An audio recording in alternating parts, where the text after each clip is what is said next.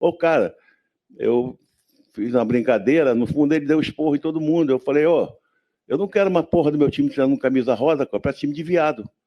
E ele já falou, não falei que eu não tinha que tirar essa camisa aí, aquele negócio. No último domingo, Abel Braga foi anunciado como cara para salvar o Internacional do rebaixamento, mas sua apresentação tumultuou ainda mais o ambiente do clube após sua fala homofóbica. Repercutindo negativamente não apenas no Brasil como no mundo todo, o ídolo do clube, trazido para comandar a equipe só nos 2 últimos jogos da temporada, rapidamente se pronunciou em uma tentativa de pedido de desculpas que, ao associar gênero a caráter, consegue ser tão ruim quanto a fala original. Mas o que mais me chamou a atenção não foi o claro teor homofóbico, mas o começo da fala. Eu fiz uma brincadeira. E é sobre isso que precisamos falar. Embora hoje existam controvérsias, a história mais amplamente difundida sobre o futebol diz que o esporte foi trazido para o Brasil em 1894 por Charles Miller, que conheceu o esporte no Reino Unido, onde estudou durante a infância. Com equipamentos e bolas trazidas de lá, em 1895 teria organizado a primeira partida de futebol do país, disputada no Brás, em São Paulo, entre trabalhadores da Companhia de Gás de São Paulo contra os trabalhadores da Companhia Ferroviária de São Paulo. O esporte caiu rapidamente nas graças de todos, abrindo caminho para a profissionalização com a criação da Liga Paulista de Futebol, a primeira do país, em 1901, onde o esporte seria praticado apenas por membros de clubes, ou seja, a burguesia do país. Não por acaso, os primeiros registros do esporte sendo praticados por aqui só mostram pessoas brancas. Na mesma época, surgia no interior um dos clubes mais antigos em atividade até hoje, a Ponte Preta, que além de ter entre seus fundadores Miguel do Carmo, abria suas portas para negros ainda impedidos de praticar o esporte, o que fez com que seus rivais passassem a chamá-los de macacada, animal carinhosa e ironicamente adotado pelo clube como seu mascote. Mas o futebol da época não era restrito às pessoas brancas, era restrito especificamente a homens brancos. Pois se por um lado clubes como a Ponte, Bangu, Vasco e Corinthians desafiavam o racismo vigente com seus clubes populares e jogadores negros, até 79 a prática do futebol por mulheres era proibida por lei. No decreto número 3.199, publicado em 14 de abril de 41, o artigo 54 dizia: as mulheres não será permitida a prática de desportos incompatíveis com as condições de sua natureza, devendo, para este efeito, o Conselho Nacional de Desportos baixar as necessárias instruções às entidades desportivas do país. Afinal, o país era governado por Getúlio Vargas, um reconhecido adepto das ideias eugenistas que visavam uma sociedade moldada pelo eurocentrismo, inclusive e especialmente sua aparência branca e ariana. Dentre as várias medidas tomadas por Vargas estavam também a proibição de casamentos interraciais, esterilização de doentes de classes mais baixas, currículo educacional eugenista, controle de imigrantes de acordo com parâmetros raciais e exames pré-natal com o intuito de controlar quem podia nascer ou não. Portanto, o que vemos ao longo da história é como o futebol sempre esteve diretamente ligado a ideias muito mais amplas da construção da nossa sociedade, usado inclusive como instrumento para excluir os indesejáveis da nação. E aí chegamos a 2025, 130 anos após a primeira partida entre homens brancos no país, com Abel Braga reproduzindo a mesma lógica, só que com uma outra roupagem. Negros hoje já são maioria entre os jogadores, embora ainda sendo raridade ocupando postos de técnico como o de Abel, ou ainda mais raros como dirigentes, onde uma Leila Pereira demonstra também o progresso para as mulheres, há 45 anos enfim autorizadas a participar do futebol. Os indesejáveis da vez são as pessoas LGBTQIAPN+.